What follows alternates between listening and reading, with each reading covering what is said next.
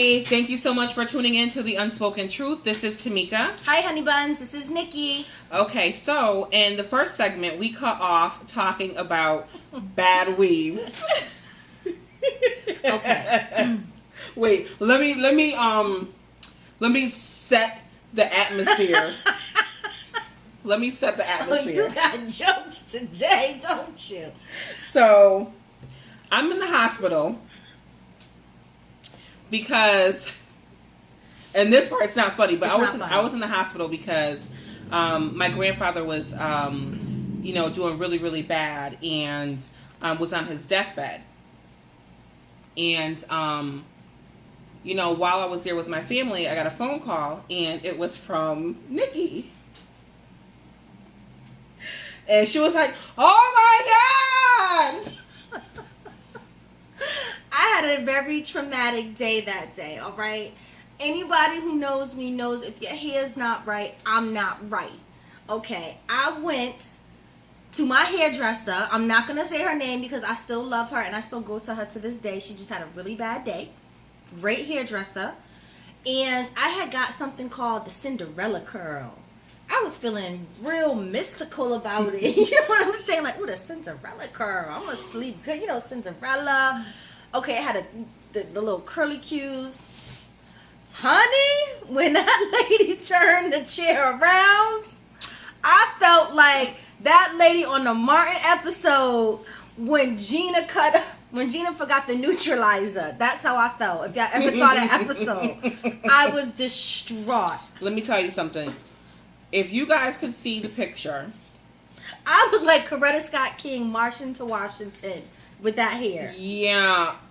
It was, instead of it looking like the picture, she kind of looked like she was Diane Carroll. Instead of, the picture had this beautiful, like, sexy, thing going on. Mm-hmm. And the picture that she sent me was just terrible. I was like, it really made Not knowing that her grandfather was in the hospital, I'm literally crying on the phone as if I had some type of medical emergency. I called her, I called my mom, I called my husband. But this goes to show you how friendship is, because... And how serious I take my hair. Well, not even that, but I'm saying that to say this. I didn't even, interrupt her. I let her talk. And then when she said, can you fix it? I said, that's when I said, okay, well, I'm in the hospital right now. My grandfather's dying. Mm-hmm. And she was like, oh my God. I mean, then she felt even worse, That's it. But it was just really funny. I know that. And then previously I said something about, bad weaves. And I know, sometimes it's not your fault. Yes. But it's more so the style. You know what I'm saying? It's more so... sometimes we see celebrities wearing something that really should only be for celebrities. I agree. And some things that you see in the street should only stay with people in the street. Child, honey, hush. Because, when your weave looks like, you just got finished mopping the floor, it's time for a new one.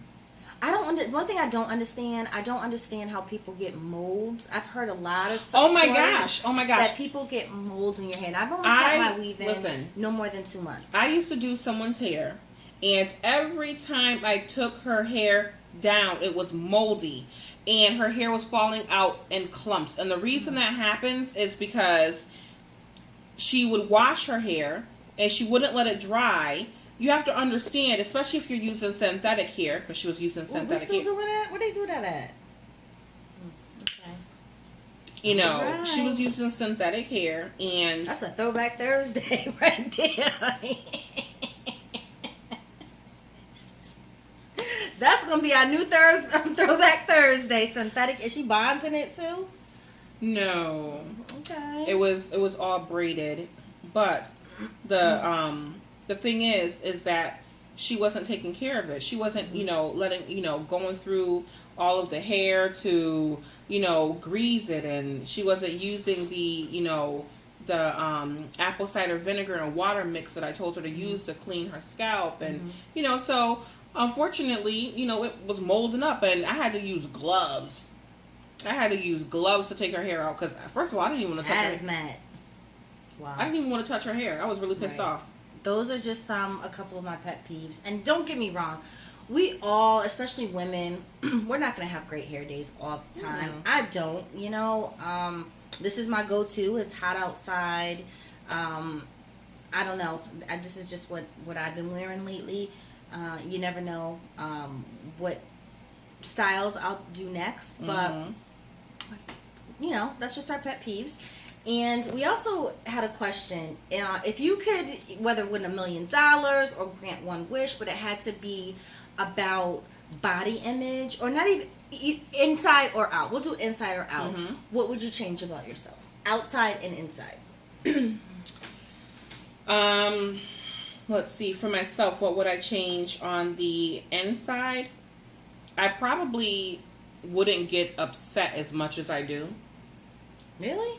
Yeah, because I mean, for the most part, I'm a very happy person. Mm-hmm, yeah. But sometimes, you know, some people just really know how to pluck a nerve, and you just want to go and, you know, and so I think that would be one thing that I would change personally. Like, I don't want to give my energy, you know what I'm saying, to someone else. I don't want someone else to know that they've angered me that bad. Right. Like, you know, for instance, you know, the issue that I was dealing with, I told you about that.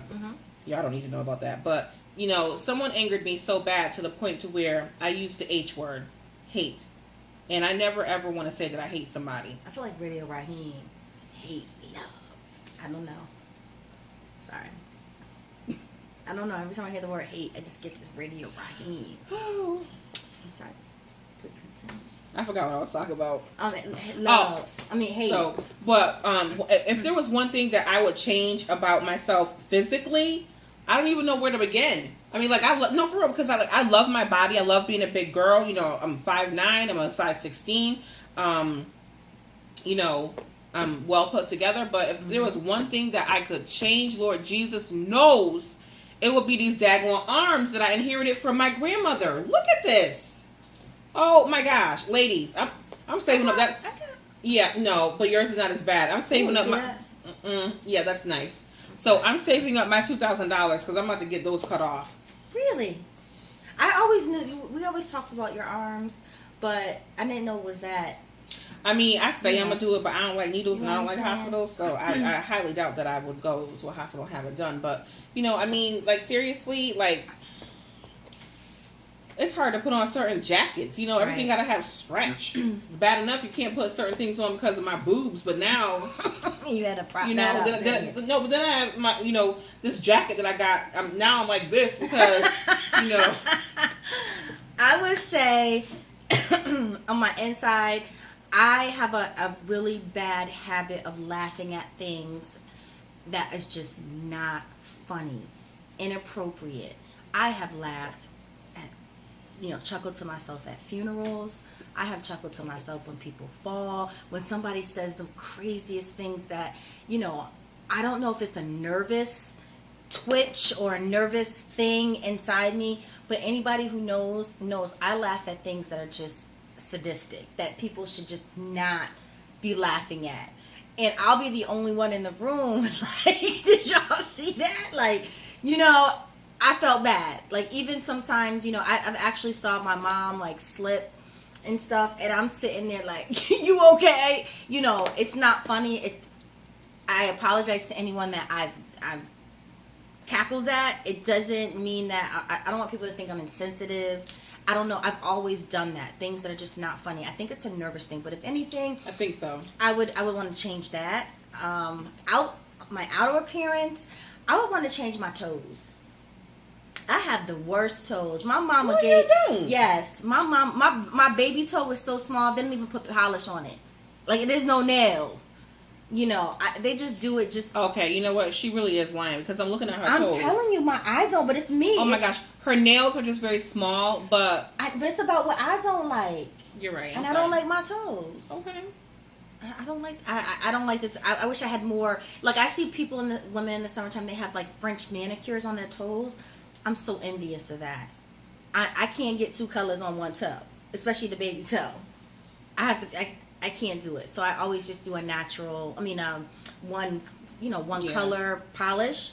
And see, my toenails, I let them grow a certain length so that way you know, My toes are horrible. If that was to be my physical, I would say, and then every now and then, everybody knows. Actually, you look like you got the same. Anybody who color on knows as me me. knows that I have a big butt.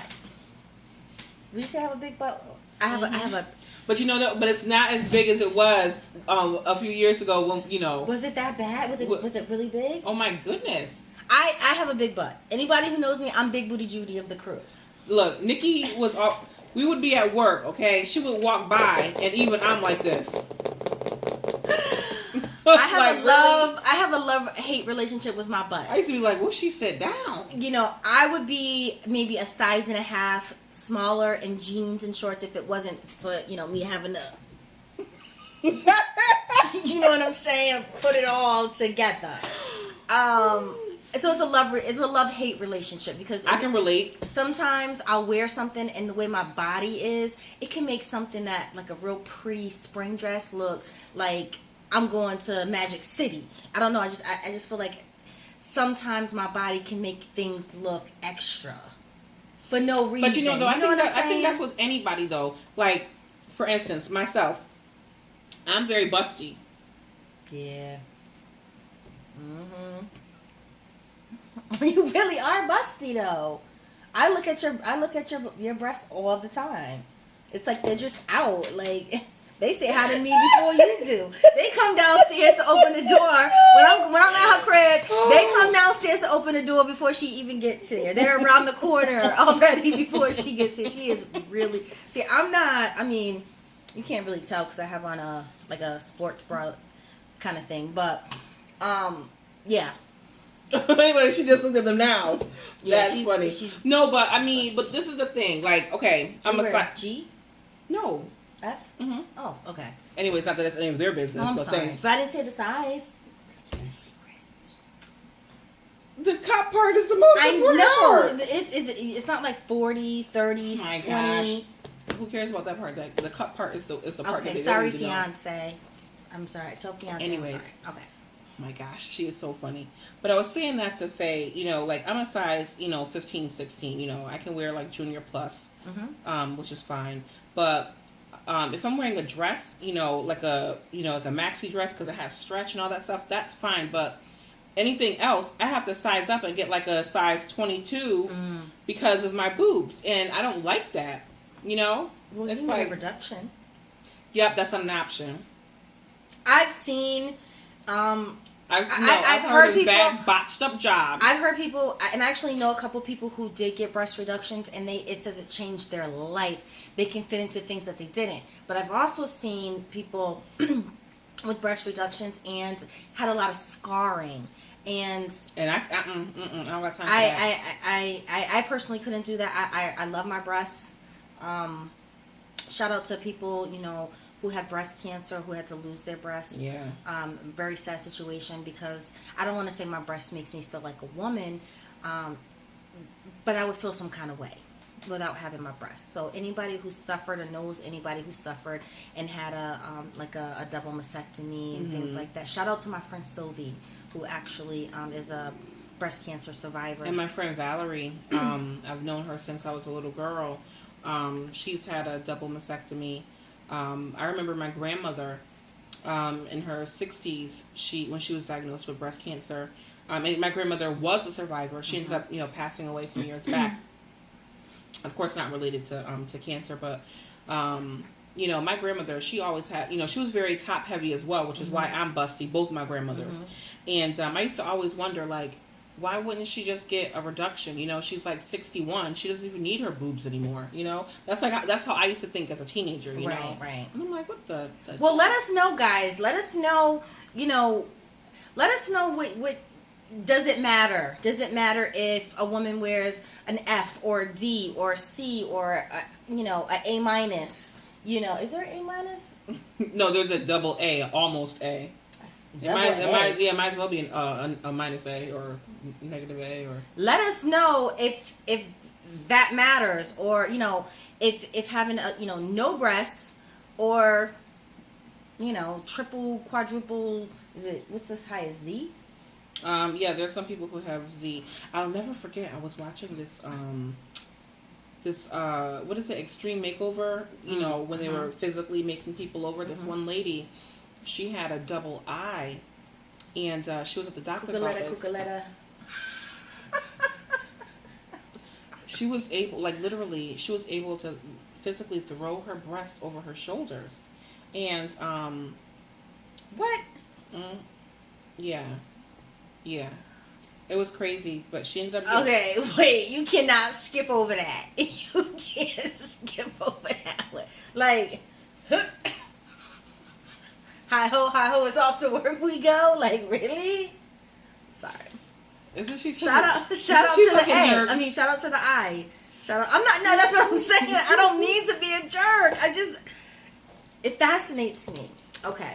Maybe I am a little bit of a jerk. I think we all. You know what I'm saying? I'm gonna own it. I'm gonna own it. Maybe I am a bit judgmental, a bit of a narcissistic person. You think I'm narcissistic? You know? Okay, scratch that. Maybe I am a jerk. You know what? I'm gonna own it. I'm gonna own it. Unspoken Truth fam. Oh my goodness. Let us know, you know, what you want to talk about. Please continue to view. Please give us, you know, your feedback, suggestions. Yes. We're definitely going to make this a lot more fun than it is and a little more structured. It is only our second technically video. We decided to double up because of the holiday. I'm going away, and then we're going to have to double up again when she goes away. But yeah, we definitely love doing this. It's very fun. It's funny how conversations start. This is the way we're talking.